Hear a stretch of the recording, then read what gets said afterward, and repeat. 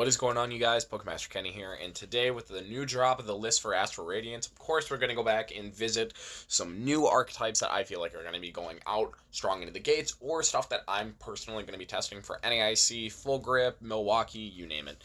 I know I've been kind of on a drought lately, but that's only because I've been busy with work, and I've been busy testing for other major tournaments, so I haven't really had the time to do recordings. I think the last time I posted a video was Fusion Strike.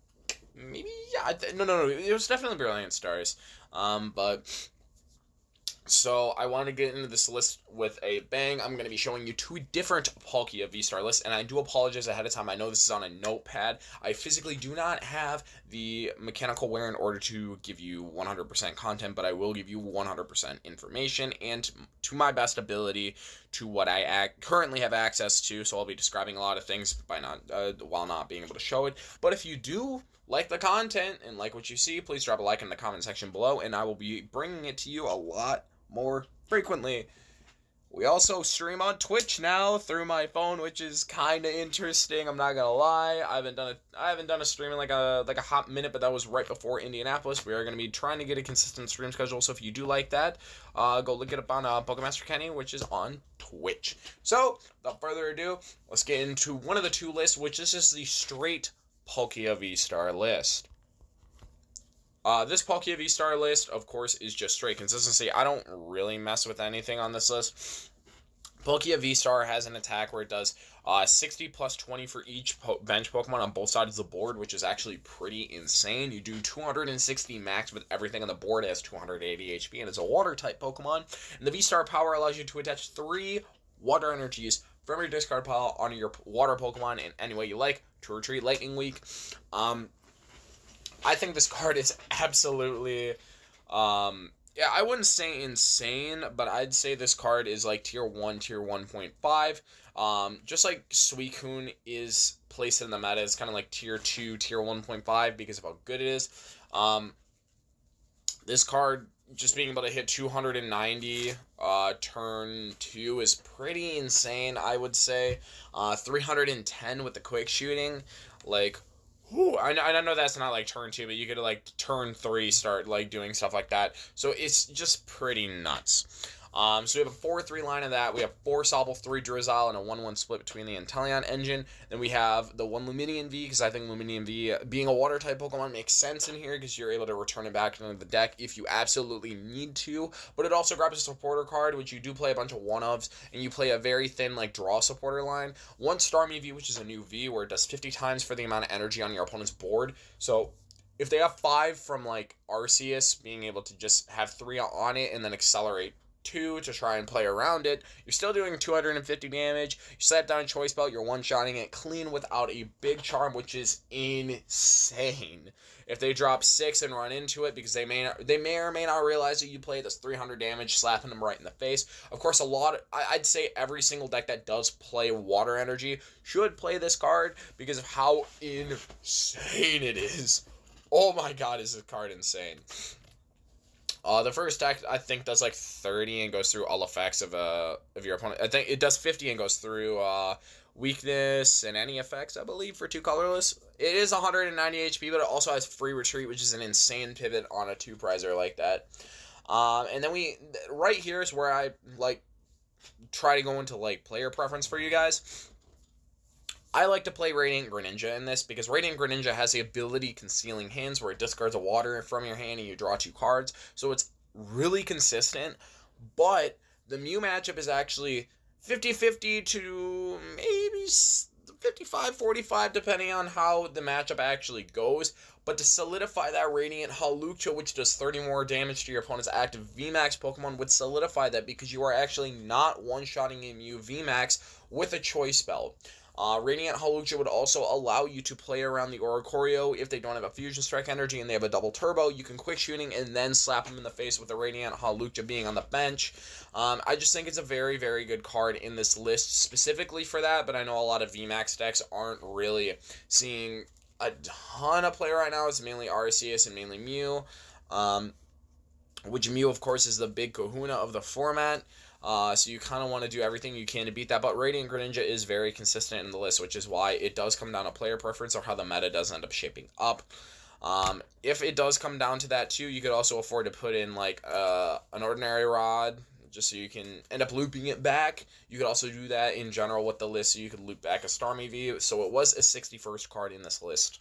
The supporting line is 2 Boss, 2 Marnie, 2 Research. Just kind of, the flow of like the thinner lines for the Drizzile engine. 1 Melanie, 1 Irida, which is a new supporter card with search your deck for a water Pokemon, and an item card, which is where I'm going to go into the cross switcher build a little bit later. But I feel like this card is really cool because you're just able to go into a Drizzile and then an extra card, or you could go into a Palkia and an extra card like a Capacious Bucket or a Big Charm. So do I feel like this card needs to be played more as a 1 of or a 2 of? I'm not sure yet. I don't know the exact count of how I like it yet because I haven't done too much testing into it. Like I said, this is just like a beta list of like expecting to see or what I would play it in my own list. But right now, like Irida is kind of played like Karina. Karina was either played as a 3 or 4 of in like Dawn Fan or like certain fighting decks, or he was played as like a 1 or 2 of with VS Seeker in the format. We do not currently have VS Seeker, but we do have access to Eldegoss, which I'm not playing in the list. So we'll just see how it shapes up later on. But for right now, I feel like the format's too fast for Irida to be played as more than a 1 of.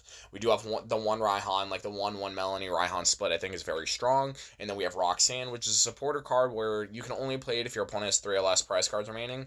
Both players shuffle their hands into the deck. You draw 6, I draw 2. I think it's a very good late game disruptive card, especially because everything in your deck is worth 2 prize cards or 1 anyways. So they are going to be dropping below that number at some point. And if you snag like a really, if you snag a player like if you snag someone by using Roxanne on them and they just don't draw out of it, you could just outright win, especially because like that's a lot fewer cards than Marnie is, but of course they are shuffling the cards back, which could get them the options in order to hit them back, which is the problem. But Roxanne is still a very insane card in its own right and should be played as a 1 of in most decks.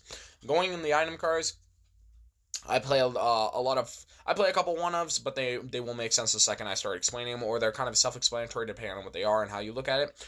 4 Quick Ball, 4 Level Ball, or 3 Level Ball, my bad. I feel like 4 Level Ball could be cool in here, but the sheer factor that Sobble, Drizzile are really the only cards that can be searched by it. You could keep calling for the Sobbles, because that's like a really cool opening play, especially in this deck. Or B, you could grab the Drizziles off of Ultra Ball, Evolution Incense as well. So really, the purpose of Level Ball gets kind of outweighed by the Ultra Ball and Evolution Incense, depending on how the meta shapes up though, and how like extensively the testing goes with this. You could drop an Evolution Incense for like a 3rd Ultra Ball or 4th Level Ball, but I just genuinely don't think you need 4 Level Ball in this deck. 3 Scoop Up Net, I think it's a very good pivot, just so that you're able to pick up your Inteleon pieces, reuse the Greninja, or put the Halucha back into your hand, going forward so your opponent can't knock it out. If you don't like the 3 Scoop Up Net, you could also play the Ordinary Rod instead, but I feel like the 3 net is pretty cool in here, especially because you can net go into the Starmie and free retreat. It's just one of those things.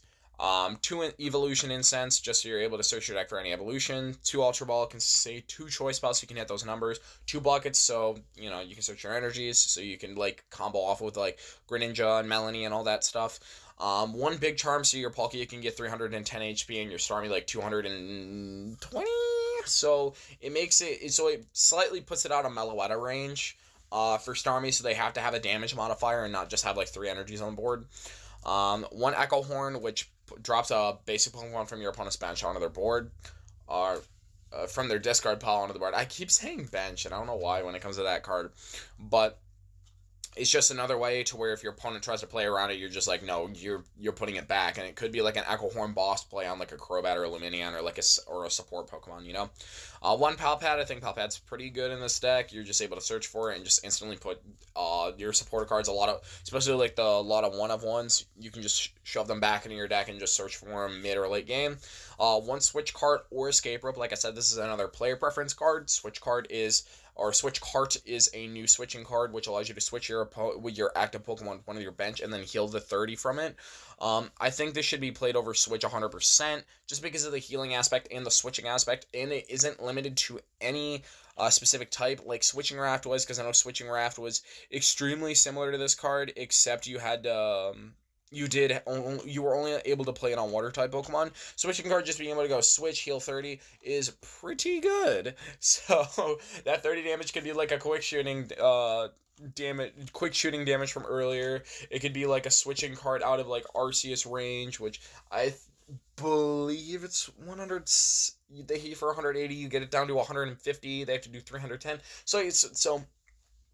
It's just one of those things where it could be like a little relevant for like math a little bit later, or just in general. The healing is just good. But I think it's a little bit better than I lost sidetrack. With Escape Rope, it's another meta defining card, or we're just able to go Escape Rope, rip up a Pokemon, and then switch one of yours, go into the Star Army for your retreat.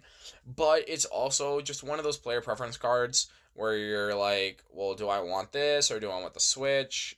Guaranteed, because if I rope, it could affect them, but if I don't have the rope, it could hurt me because I'm trying to drag something up, or it could be their only Pokemon. Like, it's one of those things where it's just player preference. Then 2 Court, 7 Waters. Of course, you could play Path to the Peak in here as like a one-of, but that would also cancel out your Greninja and Hawlucha if it came down to it. If you do Roxanne, you can't use Path to the Peak to one-shot a Mew because of the Hawlucha being a Roblox Pokemon. So with that, let's go into the Cross Switcher build, which is the one that I was talking about a little bit more. Of course, the list is going to look a lot similar, but I did drop the Chilling Reign Inteleon for a second Sword and Shield, so you can consistently search for it, and a lot heavier of an Irida line, so that you're able to go into the Sobble Drizzile line and grab the Cross Switcher like I was talking about earlier. The supporters got cut a little extensively. I feel like if you're on Radiant Greninja in this list, you don't really need it, because you could just, like I said, combo off with like Melanie, Training Court, Greninja, Scoop Up Net, like all the shenanigans. I'm not saying this list is perfect in any ways. Like I said, these lists can always be adapted. So this is the best part about the game. 3 Iridas, 2 Melanie, 1 Raihan, 1 Roxanne. 4 Cross Switcher, 4 Quick Ball, 3 Level Ball, 2 Ultra Ball, 2 Net, 2 Incense, 2 Choice Ball, 2 Bucket, 1 Big Charm. Of course, Echo Horn is back. The 1 Switch card, Escape Rope, the 2 Court, and the 7 Water. If you really wanted to play Path to the Beacon here, because I know it's a Cross Switcher build, so if you're not aiming to really one-shot them in any ways, you're aiming to pull stuff up that's really their support Pokemon, you could inevitably play 1 Path to the Peak, 1 Training Court. But like I said, I just genuinely love the Radiant Greninja combo in here, to where you could just boom, boom, boom, you know. So I thank you guys for watching. Please subscribe and like for more content. If you do enjoy these kinds of decks and want to see something specific, drop it in the comment section below and I'll get to it. Thanks so much.